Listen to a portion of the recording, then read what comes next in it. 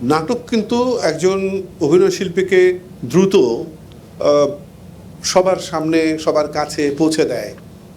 নৃত্য ততটা নয়, কিন্তু অভিনয়ের মায়া বা অভিনয়ের লোভ তাকে সেরকমভাবে কবজা করতে পারেনি। ও নাচটাকে ভালোবাসে, এখনও নাচ নিয়েই আছে, এটি তার অসাধারণত্ব। একজন মানুষকে আমার প্রকৃতই শিল্পী মনে হয় যে সারাক্ষণ মানে প্রতি মুহূর্তে সাধনার মধ্যে থাকে। বাবা, এই মেয়েটিকে আমি যতদিন ধরে দেখছি, যতভাবে চিনি জানি, তার সবচেয়ে বড় অসাধারণত্ব হচ্ছে শিল্পের একটা বিষয় নিয়ে সে জীবনকে অতিবাহিত করছে। জীবনের সঙ্গে শিল্পকে নিয়ে সে আনন্দে জীবনযাপন করছে। এটি অসাধারণ বিষয়, সকল মানুষের পক্ষে এটি সম্ভব হয় না। আর তাকে একটি কারণে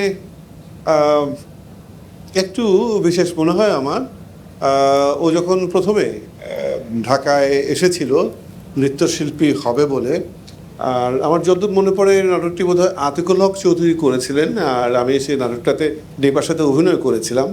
হয়তো অভিনয়টা তার কাছে নতুন বলে কিছুটা দ্বিধা থাকতে পারে, কিন্তু আত্মবিশ্বাসও ছিল এই যে নৃত্যের সঙ্গে কিন্তু অভিনয়টাও থাকে। একদম এই দুই মিলে সে নাটকটা খুব ভালো অভিনয় করেছিল। সেটা আমি অভিনয় তার সঙ্গে করেছি বলে বলছি না, তখন তো আসলে টেলিভিশনের নাটক প্রচার হওয়ার পর বোঝা যেত যে মানুষ কি বলছে চারদিক থেকে, খুব বোঝা যেত। টেলিভিশন নাটক অত্যন্ত আকর্ষণের একটা বিষয় ছিল। শুধু ভালো লাগা মানে চারিদিকে রবটা পাওয়া যেত যে হ্যাঁ খুব ভালো। নাটক কিন্তু একজন অভিনয় শিল্পীকে দ্রুত সবার সামনে সবার কাছে পৌঁছে দেয়।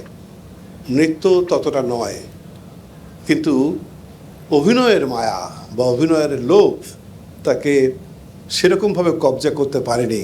ও নাচটাকে ভালোবাসে, এখনও নাচ নিয়েই আছে, এটি তার অসাধারণত্ব। এরকম একজন শিল্পী যে আমার চাইতে হয়তো বয়সও ছোট, কিন্তু আমি তাকে সালাম করি। থ্যাংক ইউ আফজাল ভাই। আরে কতদিন দেখাও হয় না, কথাও হয় না, কিন্তু এই বোধটা কি সুন্দর ওনার মধ্যে। এই যে বুঝতে পেরেছে যে আমি নাটকটা থেকে সরে এসে নাচ করছি, এই যে একটা বোধের বিষয়। আমি বললাম না যে এই জিনিসগুলো অনেক অনেক বেশি আমাদের ভাবায়, আমাকে অন্তত অনেক ভাবায়।